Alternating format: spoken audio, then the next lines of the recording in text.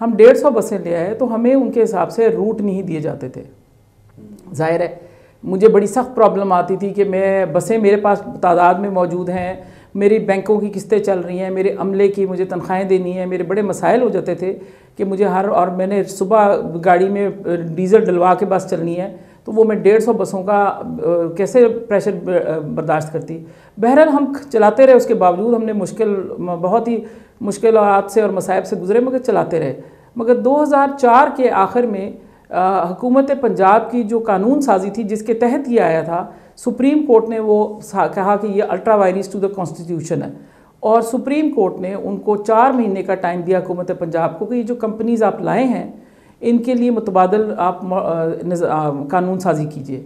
تو حکومت پنجاب نے کی ہی نہیں, جس کے باعث ہم سارے لوگوں کے پاس کوئی چوائس ہی نہیں رہ گئی تھی. کچھ لوگ ویسے ہی چلتے رہے ویگنوں کے مقابلے میں, اور لڑائی جھگڑا, غنڈہ گردی, ڈنڈے مار کے اور چل کے ایک دوسرے کا سر پھاڑے ہیں, اس طرح کام کرتے رہے. کچھ لوگوں جیسے ہم ہیں, ہم نے بند کر دیا, ہم نے کہا ہم اس جھگڑے میں پڑنا نہیں چاہتے. سارے سینیریو میں یہ نہیں سمجھتی بطور خاتون آپ مرحوم جنرل حمید گل صاحب کی صاحبزادی بھی ہیں, آپ نے بطور خاتون اکیلے انیشیٹو لیا یا ان کی آپ کو سپورٹ تھی, جس کے بعد وقت کے ساتھ ساتھ آپ کو شاید ان کی سپورٹ نہیں رہی, یا آپ بحیثیت خاتون ان معاملات کو اس طریقے سے نہیں سمجھ سکتی, تو آپ نے رسک نہیں لیا اتنا بڑا؟ دیکھیے جلال صاحب کی مجھے سپورٹ تو جیسے والدین کی ہوتی ہے بہت زیادہ. آج بھی میں سمجھتی ہوں, میری والدہ جس وقت میں بہت بیمار تھیں تو مجھے کہتی تھیں کہ مجھے اب جانے دو, میرے لیے مت دعا کیا کرو لمبی زندگی کی. تو میں کہتی تھی اب مجھے آپ کی ضرورت ہے, آپ میری دعائیں کرتی. تو انہوں نے مجھے کہا کہ میرے مرنے کے بعد بھی تمہارے لیے دعائیں چلیں گی میری.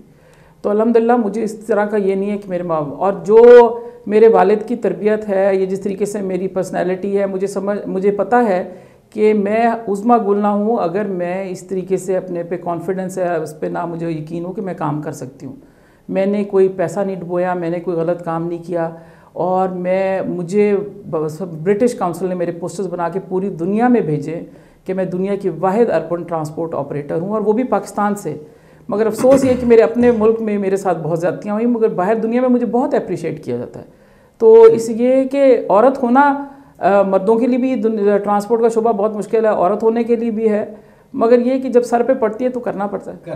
ایک آپ نے اچھا ایکسپیرینس کیا. اچھا, اب یہ سارے سینیریو کے اندر بس سروس چلی, کامیاب ہوئی, پھر وہ بند ہو گئی, آپ کے بقول آپ کے کہ گورنمنٹ کی طرف سے ایشوز تھے.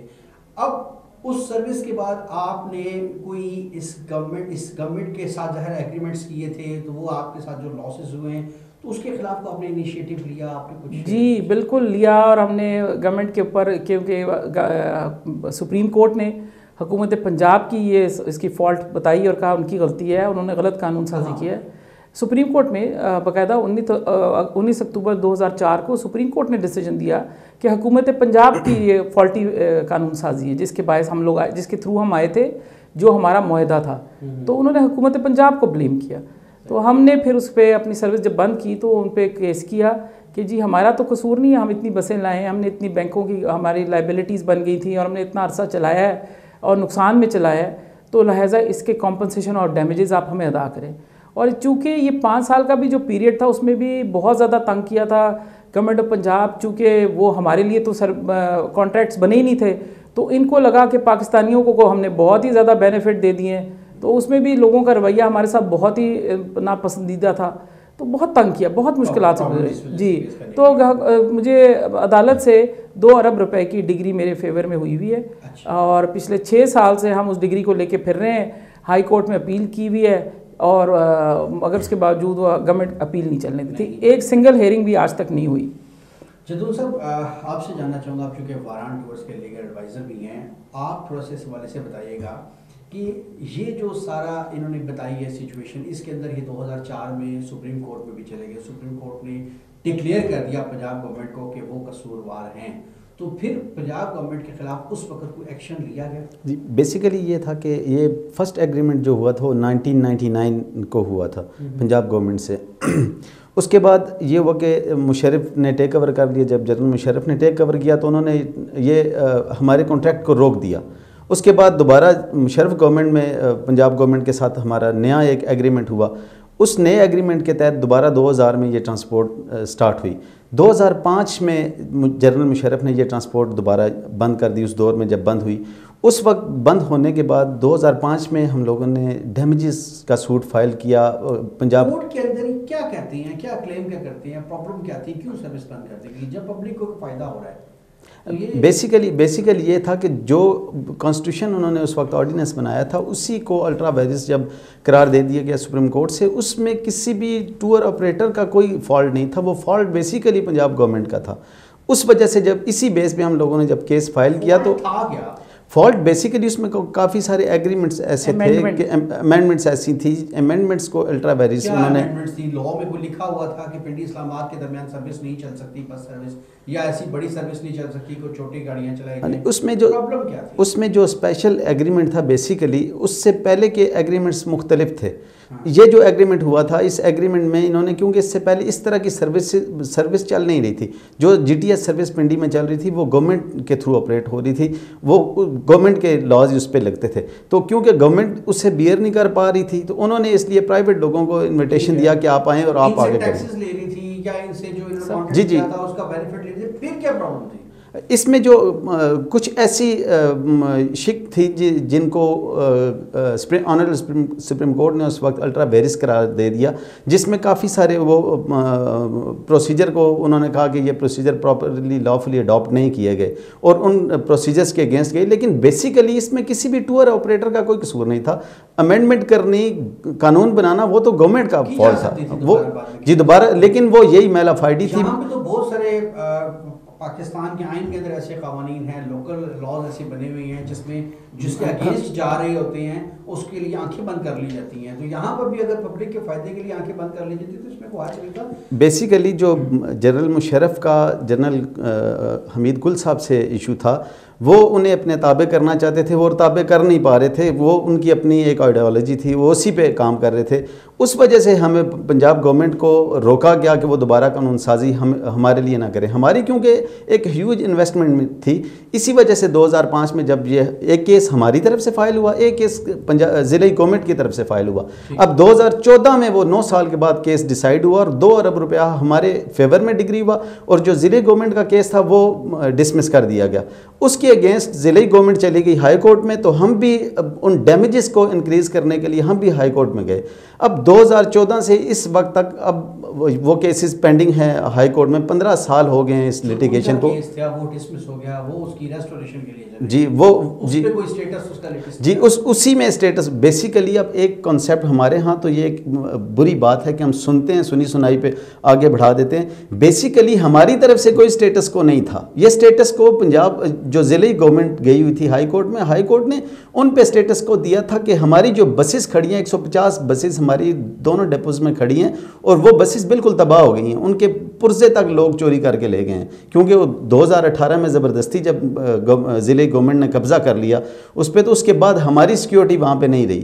تو اب بیسیکلی ہماری NOC ہمیں اس لیے نہیں مل رہی کہ high court, honourable high court نے اسٹے دیا ہوا ہے, اس کی وجہ سے واران ٹورز کو NOC نہیں مل رہی, نہ ہی ہم یہ گاڑی کسی اور جگہ چلا پا رہے ہیں 150 گاڑیاں, نہ ان گاڑیوں کو ہم سیل آؤٹ کر پا رہے ہیں. وہ گاڑیاں ہماری جو 150 گاڑیاں ایک ہیوی, جی وہ اسٹے ہے آنریبل ہائی کورٹ کی طرف سے, اسٹے ہے جو ضلعی گورنمنٹ گئی ہوئی ہے. یہ جو واران ٹورز کی جتنی بھی گاڑیاں ہیں وہ ان کی جو انسٹالمنٹس تھی, لیز تھی, واٹ ایور, جو کلیئر ہونے کے بعد کیا یہ اونرشپ ان کی کمپلیٹ نہیں ہوئی ہے؟ نہیں, وہ ایک ایگریمنٹ تھا بیسیکلی, اسی ایگریمنٹ کو چیلنج کیا ہوا تھا, اسی ایگریمنٹ کی بیسس پہ ہم ڈیمیجز پہ گئے. اب اسی ایگریمنٹ کی بیس پہ, کیونکہ ایگریمنٹ جو بائی لیٹرل ایگریمنٹ تھا وہ دونوں طرف سے تھا, اب اس میں یہ تھا کہ جو ان کے فوائد کی تھی جس میں ہمیں ٹرانسپورٹ کے سارے مینجمنٹ کرنی تھی, اس میں جتنی لیز لی ہوئی تھی یا جتنی ہم لوگوں نے لون لیا ہوا تھا وہ سارا اپنی پراپرٹی وران ٹورز نے اپنی جو دیگر پراپرٹیز تھی وہ سیل آؤٹ کر کے پے کیا, اور ایون کہ اس پہ ڈیمیجز انہیں دینا پڑے, بینک کو فائن دینا پڑا, جو وقت سے پہلے انہوں نے جو لون پہ بے کیا اس پہ فائن بھی انہیں دینا پڑا. اب اس میں اس وقت جو اسٹیٹس ہے, میں ایک بات کلیئر کرنا چاہوں گا کہ عام طور پہ میں نے سوشل سوشل میڈیا پہ بھی دیکھا کہ لوگ کہہ رہے ہیں کہ واران ٹورز نے اسٹے لیے ہوئے ہیں مختلف جگہ پہ, اور واران ٹورز کے اسٹے پہ یہ کوئی ڈیسائیڈ نہیں ہونے دے رہے. بیسیکلی یہ اسٹے گورنمنٹ, ضلعی گورنمنٹ کی طرف سے جو ہائی کورٹ میں ہے وہ اسٹے تھا. ہم نے صرف اس وقت تک ایک اسٹے لیا, اس کے علاوہ ہماری طرف سے واران ٹورز کی طرف سے کوئی اسٹے نہیں ہے. وہ اسٹے اس لیے لیا کہ 2018 میں بغیر کسی قانونی پروسیجر کو اڈاپٹ کیے ہوئے زبردستی اسی طرح بدماشی کر کے, اسی طرح وہ پولیس فورس آئی اور انہوں نے بغیر کسی اجازت کے 2018 میں جب پشاور ڈپو پہ ہمارے قبضہ کیا اور اس کی پوزیشن ٹیک اوور کر لی, تو ہمارے پاس جو صدر والا ڈپو تھا اس کے لیے ہمارے پاس آپشن ہی کوئی نہیں تھا. اس کے بعد 2018 میں ہم سول کورٹ میں گئے, اور سول کورٹ نے جب ہمارے کیس کو دیکھا, اور کیس دیکھنے کے بعد سول کورٹ نے اسپیکنگ آرڈر کیا. یہ جو روٹین میں آرڈرز ہوتے ہیں اس طرح کا کوئی آرڈر نہیں تھا کہ till next date of hearing. یہاں کیا گیا کہ فردر ڈیٹ آف آرڈر تک, یعنی فردر جو بھی آرڈر ہوگا اس وقت تک اسٹے دیا گیا. اب اس میں یہ اپیئر ہوئے, انہوں نے ریٹن سٹیٹمنٹ دیا, اور اس وقت تک ان کی طرف سے پینڈنگ ہے کیس. ہماری طرف سے واران ٹورز کی طرف سے کوئی ایک ڈیٹ بھی اس میں نہیں لی گئی, اور اس وقت بھی جو یہاں پہ ٹیک اوور کیا گیا اس کے لیے نہ کوئی ایوکشن پٹیشن دائر کی گئی, نہ اس کورٹ میں اس اسٹے کو ویکیٹ کرنے کے لیے کوئی اپلیکیشن دی گئی. ٹھیک ہو گیا. اچھا محترمہ, تھوڑا سا یہ بتائیے گا, آپ سوشل ورکر بھی ہیں, آپ نے بہت سارے کام بہت عرصے سے اس کے علاوہ بھی کرتی آ رہی ہے, یہ بھی ایک سوشل ورک میں ٹھیک ہے, بزنس پوائنٹ آف ویو تھا, لوگوں کے بالا بھی اس میں بہت سارا تھا. تو ان دنوں میں کورونا کی جو وائرس وبا پاکستان میں آئی ہے, ان دنوں میں تمام پبلک جو لوگ ہیں وہ آپس میں بلا تفریق اکٹھے ہو گئے ہیں. اگر کرنٹینہ سینٹر بنایا جا رہا ہے کچھ عرصے کے لیے, ڈیفینیٹلی آپ کو اس پہ کیا اعتراض ہے؟ مجھے دیکھیں 2-3 کئی چیزوں کے ساتھ اعتراض ہے. پہلی تو بات ہے کہ کرنٹینہ سینٹر, اگر ہم صرف کرنٹینہ اور سوشل ورک کے حساب سے بات کریں تو کرنٹینہ سینٹر شہر کے بیچ میں بن ہی نہیں سکتا. اچھا ویسے وہ اندر وہ بند ہے نا, یہ تو کھلا ہے. اچھا اس میں صرف 2 ٹوائلٹ ہیں, یہ تو پرانا جی ٹی ایس کا, اس میں تو کوئی نظام ہی نہیں ہے کہ اس میں آپ کرنٹینہ سینٹر بنائیں. اگر آپ اس کو فیلڈ ہاسپٹل کی وہاں جو انہوں نے ایک ٹینٹ سا لگا دیا ہے, باہر کھلے ہوا میں آپ نے لوگوں کو رکھ دیا ہے, بارش کے حالات ہیں یا کیا ہے, تو وہ وہاں کرنٹینہ سینٹر بن ہی نہیں سکتا. کسی بھی میڈیکل اس کے بات کر کے ایکسپرٹ سے پوچھ لیجئے. جی بیسیکلی اس میں یہ تھا کہ لیگل پروسیس اڈاپٹ کرتے, وہ ہمیں ریکویسٹ بھیجتے, اور اس کے بعد ہم ابھی جو ہے واران ٹورز کی طرف سے, میم عظمیٰ گل کی طرف سے سینٹر ہاسپٹل میں 50 بیڈز کا کرنٹینہ سینٹر بنا کے دیا گیا. ہم جب وہاں پہ انویسٹمنٹ کر رہے ہیں تو ہم اپنی پراپرٹی, ایون ہم لوگ تو الاؤ کر رہے ہیں کہ ہمارے گھر تک کو اگر گورنمنٹ کے کسی کام کے لیے آتا ہے تو وہ بھی یوز کریں, لیکن یہ پوزیشن جس طرح ٹیک اوور کیا گیا, بیسیکلی یہ کرنٹینہ سینٹر نہیں بنانا چاہ رہے تھے, یہ میلافائڈی تھی اس کے اگینسٹ جو انہوں نے کرنٹینہ کے نام پہ آ کے پوزیشن ٹیک اوور کیا. اور دیکھیں اگر انہوں نے جینوئنلی کرنٹینہ سینٹر بنانا ہے تو ابھی پنجاب ہاؤس میں اتنے کمرے پڑے ہوئے ہیں, اور اتنا پراپر, اسی طرح ڈی سی ہے ہاؤس ہے, کمشنر ہاؤس ہے, جو اتنی بڑی بڑی پراپرٹیز ہیں جو کہ سرکاری اور بہت اچھی طرح لیوشلی تیار کی گئی ہیں, ان میں بہت ہر قسم کی فیسلٹی ہے, ان کے مختلف قسم کے کیمپ ہاؤسز ہیں, وہ اتنی پراپرٹیز اور ہیں کہ ان کو شہر کے بیچ میں ایک آپ دیکھنا ہی ہے پراپرٹی ہے کس کی. یہی میں آپ کو بتانا چاہتی ہوں کہ ان کی چوائس اسی صورت میں ہو سکتی ہے جب پراپرٹی, تو میں آج بھی ڈسپیوٹ نہیں کر رہی کہ گورنمنٹ کی نہیں ہے, مگر لیز پہ میرے پاس میرے ہاتھ میں مجھے ہینڈ اوور کی گئی ہے, اس کا پراپر پروسیجر ہے. یہ 10+10 اس طرح اس کی لیز کنٹینیو چلتی ہے. تو جی نہیں, ٹائم نہیں کمپلیٹ ہوا, اور اس کا طریقہ کار ہے, پروسیجر ہے, کیونکہ اسٹے ہے نا, میں تو اس پہ کچھ کر ہی نہیں سکتی کب وہ ختم ہوگا, کیونکہ اسٹے انہوں نے لیا ہوا ہے, تو لہٰذا اس میں تو میری تو مرضی سے تو ہے نہیں. مگر جو سب سے ضروری بات ہے کہ ایوکشن کا, جیسے وکیل صاحب نے خود بھی بتایا ہے کہ جی ایوکشن کا ایک پراپر پروسیجر ہے, وہ دیں. اور دوسرا یہ کہ کیا کرنٹینہ آپ ایسے کرتے ہیں, اگر آپ نے پی سی میں کرنٹینہ بنا دیا تو آپ نے پی سی میں سامان اٹھا کے باہر پھینک دیا, پی سی کی تمام چیزیں نکال دی, ڈیسک, فرنٹ ڈیسک, ان کے ریسیپشن سب اٹھا کے پھینک دیا, ان کے تمام لوگوں کو مارا, اور پھر جا کے کرنٹینہ سینٹر بنایا. یہ تو نہیں ہے. اور جبکہ ابھی آپ کے پاس آپشنز بہت ہوتی ہیں, تو ایز اے لاسٹ آپشن اگر آپ کرتے ہیں تب بھی پروسیجر ہے کہ جہاں قانون ہے وہاں ہمارے پاس عدالتیں موجود ہیں, آپ عدالت کا راستہ.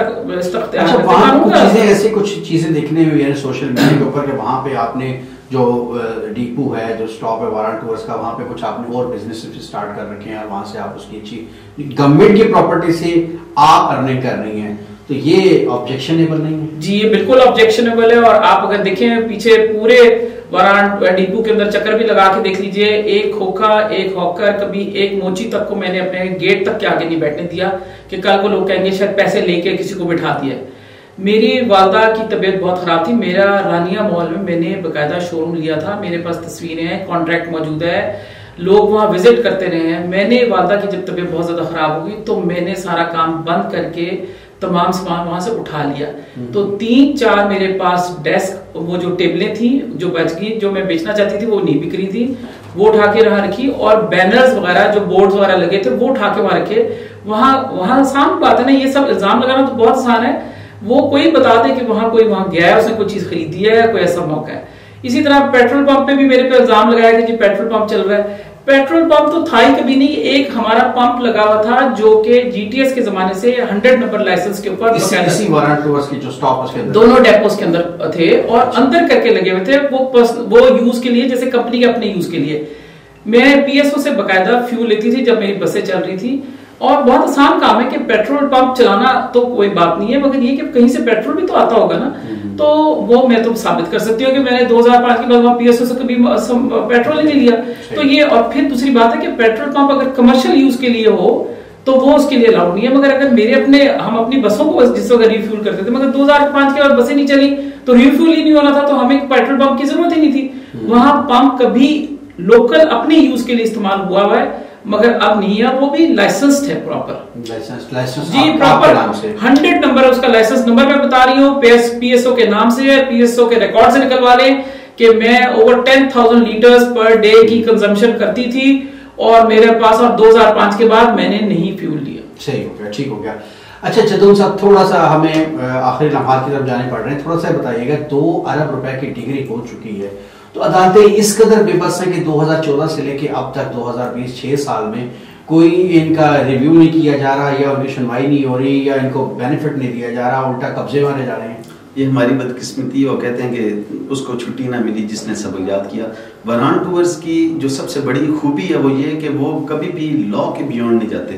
ہمارا جتنا کام ہے وہ سارا لیگل پروسیس کے اندر ہے, اس سے باہر کبھی ہم لوگ نہیں گئے. اب یہی ایشو تھا, یہی پرابلم ہے کہ ابھی 15 سال ہو گئے ہیں. 2015 میں پہلا سوٹ فائل ہوا, 2014 میں ڈگری ہوا, 2005 میں پہلا سوٹ فائل ہوا, 2014 میں ڈگری ہوا, ان کا سوٹ ڈسمس ہوا, اپیل ہائی کورٹ میں پینڈنگ ہے. ہائی کورٹ میں ہماری طرف سے ہم ہر ڈیٹ پہ جاتے ہیں لیکن ان کی طرف سے کوئی نہیں آ رہا, اور وہ سٹے کو لنگر آن کیے جا رہے ہیں. سٹے کو لنگر آن اس لیے کر رہے ہیں کہ ہمارا سٹاک وہاں پہ موجود ہے.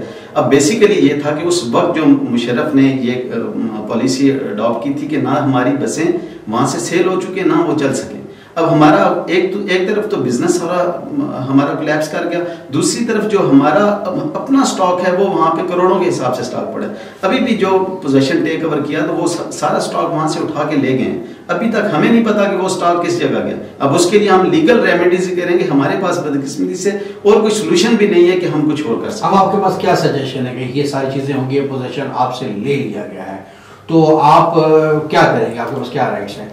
بیسیکلی اس وقت سب سے پہلا رائٹ جو ہم اویل کر چکے ہیں وہ تو یہ ہے کہ ہم اسی کورٹ میں جہاں سے ہمیں سول کورٹ میں جہاں سے سٹے ملا ہوا ہے اس کے اگینسٹ ہم کنٹمپٹ آف کورٹ فائل کر رہے ہیں, اور وہ ہماری پراپر تیار ہے, آج یا کل وہ فائل ہو جائے گی. بیسیکلی تو ڈسپلٹیاں اسی کورٹ کی ہے. اسی طرح سملرلی ہائی کورٹ سے سٹے ہوا ہے تو ہم ہائی کورٹ میں بھی اپنے جتنے بھی لیگل ویز ہیں وہ ہم اڈاپٹ کریں گے, اور اس کے ساتھ ہم ڈیمیجز بھی کلیم کریں گے. ٹھیک ہو گیا محترمہ, بس آخر میں آپ سے پوچھنا چاہوں گا, پنجاب گورنمنٹ اس ٹائم تھی, اب حالیہ سیٹ اپ کے اندر آپ پنجاب گورنمنٹ سے اور وفاقی گورنمنٹ سے کیا ہیلپ لینا چاہیں گی, کیا ان سے ڈیمانڈ کرتی ہے؟ دیکھیے میں یہ کہتی ہوں کہ یہ جو بھی قانون, جب تک ہم حکومتیں قانون کا احترام نہیں کریں گی اور لا کا رسپیکٹ نہیں کریں گی تب تک کبھی بھی معاملات حل نہیں ہوں گے. یہ کوئی طریقہ نہیں ہے کہ اگر آپ کو کرنٹینہ سینٹر بنانا ہے تو آپ لوگوں کے سر پہ سے دوپٹے نوچنے شروع کر دیں, آپ دھکے دیں اور خواتین کو ماریں, لوگوں کا سامان اٹھا کے لے جائیں. ایسا قیمتی سامان بھی کہ جس کی کوئی آپ قیمت نہیں بتا سکتے کہ اتنے قیمتی میرے پاس قرآن مجید کے وہاں نادر نسخے اور ایسی ایسی قیمتی کتب تھیں اور تبرکات تھے کہ میں حیران ہوں کہ انہوں نے جس طریقے سے ان کو سالڈ ویسٹ مینجمنٹ کے کوڑے کے ٹرکوں کے اندر پھینک کے لے گئے اور کہاں لے گئے کچھ پتہ نہیں. کوئی بے رحمتی اتنی کی ہے کہ کوئی حساب ہی نہیں ہے. تو یہ نہیں ہو سکتا کہ اس طرح کی چیزیں کی جائیں. اگر قوم نے اور انہوں نے کسی طرف صحیح ڈائریکشن میں جانا ہے تو ضروری ہے کہ قانون کا احترام سب سے پہلے حکومت خود کرے.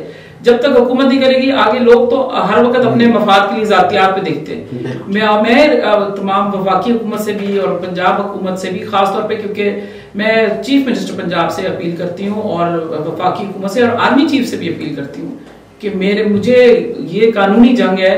ہم قانونی جنگ لڑیں گے انشاءاللہ، اور اللہ سے بھروسہ ہے کہ اس کا کوئی ہمارے حق میں فیصلہ بھی آئے گا اور بہتر حل ہوگا. مگر یہ طریقہ کار اس طرح کرنا یہ غلط ہے، اتنا بدتمیزی، اتنا بے حرمتی. اور سب سے بڑی بات ہے کہ میں ایک قومی ہیرو کی بیٹی ہوں، میرے باپ نے اس ملک کے لیے بڑی خدمات دی ہیں. وہ جو لوگوں کو پتہ ہے، وہ جو لوگوں کو بالکل علم نہیں ہے کہ انہوں نے اس ملک کے لیے کیا کچھ کیا ہے، اور ان کی بیٹی کے ساتھ آپ اس طریقے سے کر رہے ہیں. آج میرے ساتھ ایسا ہو رہا ہے، کل ہر کسی کی عزت سلامت نہیں رہے گی. آج میرے خلاف باقاعدہ میڈیا کیمپین چلا رہے ہیں کمشنر صاحب اور ڈی سی صاحب اور یہ سارے لوگ. تو یہ بڑے تکلیف دہ ہمارا ہے کہ جب حکومت کے اپنے اراکین ایک باقاعدہ کیمپین چلا رہے ہوں، اور باقاعدہ ایک چیز میں جیسے ہے کہ جی ہر کوئی اب ٹھڈے مارنے کھڑا ہو گیا یا کرنے. تو یہ نہیں ہے، یہ احترام کریں اور قانون کا احترام کریں. اور میں اپنی عدلیہ سے بھی ریکویسٹ کرتی ہوں کہ اگر آپ سمجھتے ہیں کہ انہوں نے غلط کیا، جو کہ میں ثابت کروں گی انشاءاللہ، تو ان کو قرار واقعی سزا دیجیے. اس میں میری طرف سے ایک سجیشن ہے گورنمنٹ کو. گورنمنٹ کا تو یہ کلیم تھا کہ باہر سے لوگ آئیں گے پاکستان میں انویسٹمنٹ کریں گے. اب کیا یہ سبق سکھا رہے ہیں پاکستانی لوگوں کو، جنہوں نے اس سے پہلے تو یہ ہوتا رہا کہ ساری انویسٹمنٹ باہر لے جاتے رہے، وہاں ان کے بچے پڑھتے رہے.